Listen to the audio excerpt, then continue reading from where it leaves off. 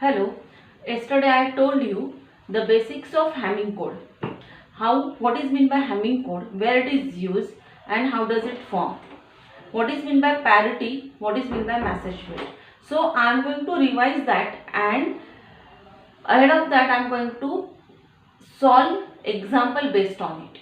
Yesterday I told you that there are 4 message bit and 3 parity bits in a Hamming code.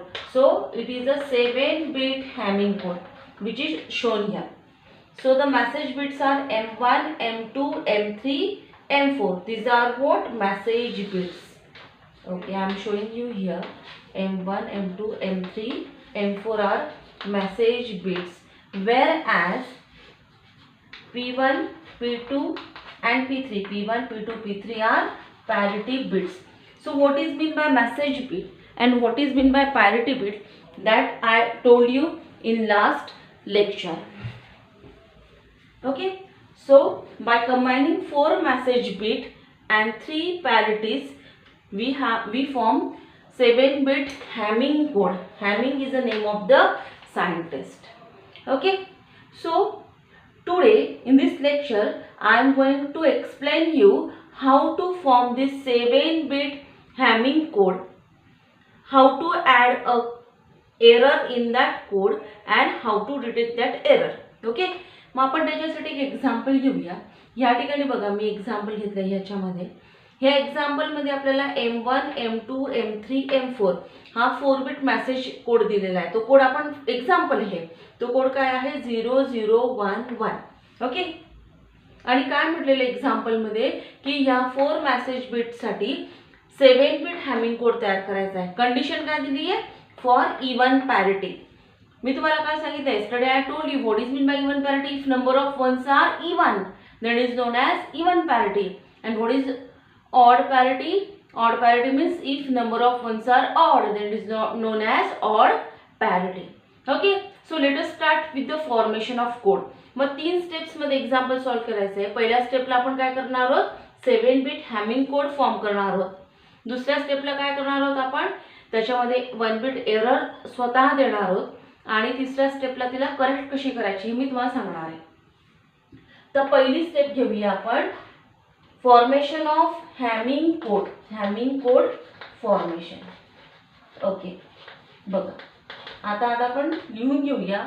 त्याच्यासाठी हा code लक्षात ठेवायचा आहे. P1, P2, M1, P3, M2, M3, M4. Okay, जर 4-बिट message असेल तर त्याच्यामध्ये 3 काय असतात? पॅरिटी बिट्स असतात.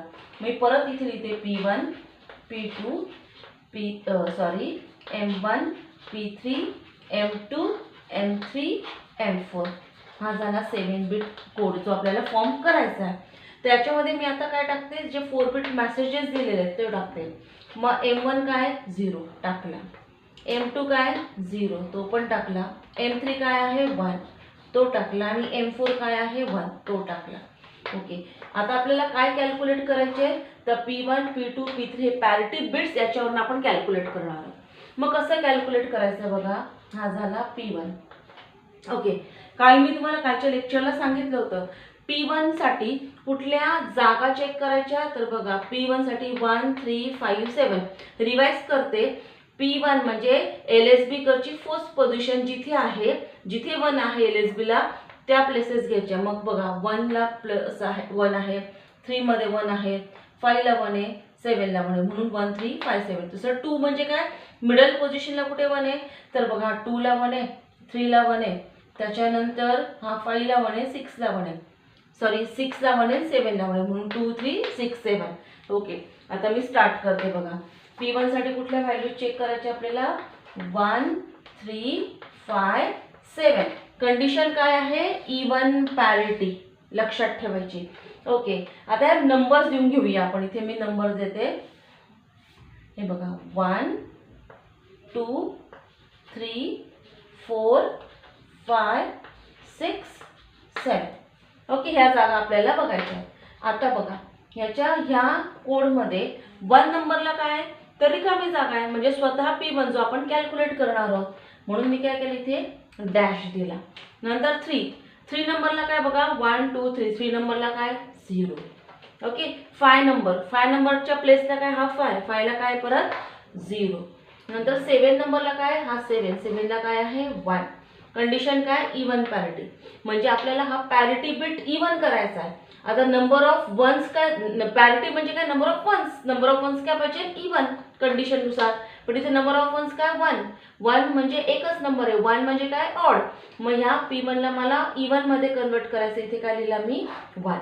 आता नंबर ऑफ वन्स काय झाले 2 म्हणजे ही झाली इवन पॅरिटी. म्हणजे P1 मी कॅल्क्युलेट केला तो काय आला 1. तसा P2 चेक करायचा आहे. P2 साठी काय घ्यायचं 2 3 6 7. So I am writing here 2 3 6 7.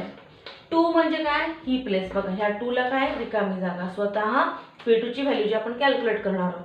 3 नंबरला काय 0. 6 नंबरला काय 1. 7 नंबरला काय 1. हे बघा 3 नंबरला 0, 6 नंबरला 1, 7 नंबर ऑफ 1. ओके. इथे नंबर ऑफ वन्स कसे झाले इवन 1 2 दोन नंबर ऑफ वन्स आहे म्हणजे हे काय झाले इवन. आता हा इवनच राहायला पाहिजे. मग हा नंबर ऑफ वन्स इवनच राहण्यासाठी इथे काय टाकेल मी 0. समजा इथे 1 टाकलं तर नंबर ऑफ वन्स काय होऊन जातील 1 2 3. 3 काय झाला ऑड, हे चालणार नाही. नंबर ऑफ वन्स इवनच पाहिजेत म्हणून इथे मी टाकेल 0. म्हणजे P2 बिट काय झाला तुमचा 0. तसं आम्ही चेक करणार P3 साठी काय चेक करायचं आहे मग 4 5 6 7. इथे दिलेलं आहे 4 5 6 7. ओके. 4 नंबरला काय स्वतः P3 ची व्हॅल्यू. 5 नंबरला काय 0, 6 ला काय 1, 7 ला काय 1 म्हणजे 0 1 1. आता परत नंबर ऑफ वन्स काय झाले 1 2. 2 काय झाला इवन म्हणजे आता हा इवनच राहायला पाहिजे म्हणून मी इथे काय टाकायचा 0. 1 टाकला तर ऑड होऊन जाईल, चालेल का नाही. ओके. ऑड पॅरिटी दिलं असेल तर इथे टाकायचं, पण आपल्याला इवन पॅरिटी साठी करायचं म्हणजे इवन साठी काय टाकला पाहिजे 0. हा झाला 0. म्हणजे फर्स्ट स्टेपला आपण काय केलाय हॅमिंग कोड फॉर्म केलेला आहे. हो बघा, मग तो हॅमिंग कोड मी इथे लिहिते.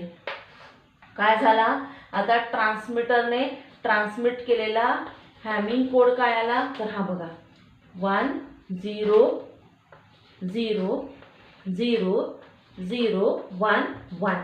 परत इथे मी 1 2 3 4 5 6 7.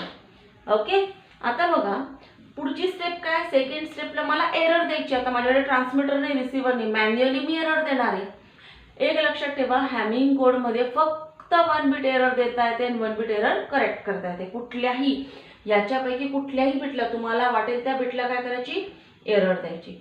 सपोज आता मला वाटलं की मी आता ह्या फर्स्ट बिटलाच एरर द्यायची आहे मला. ओके. आता म्हणजे एरर म्हणजे काय रिसिव्हरकडे येताना हा 1चा काय गेला 0. ओके. 2चा काय झाला 0 0 0. बाकी बिट तसेच राहणार कारण 1 बिटच एरर त्या ठिकाणी राहते.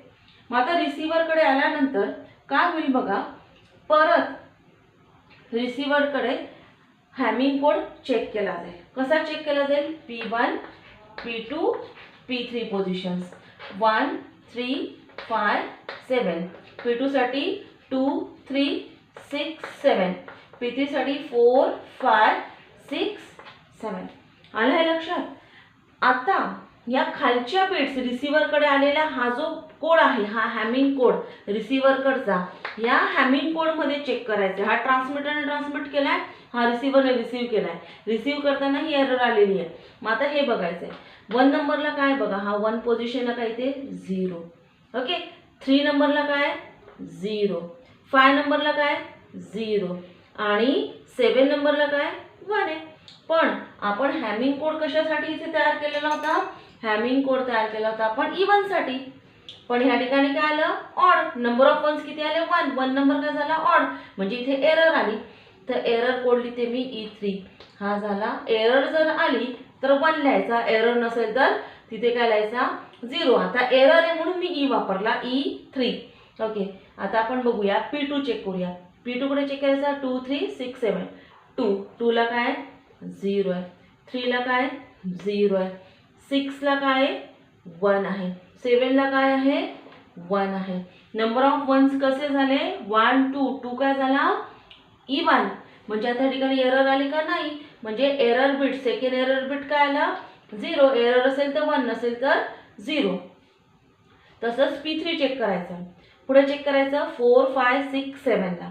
4 नंबरला काय बघा 0, 5 ला काय 0, 6 ला काय 1, 7 ला काय 1. ओके, मग आता ह्या ठिकाणी घेतला मी E3.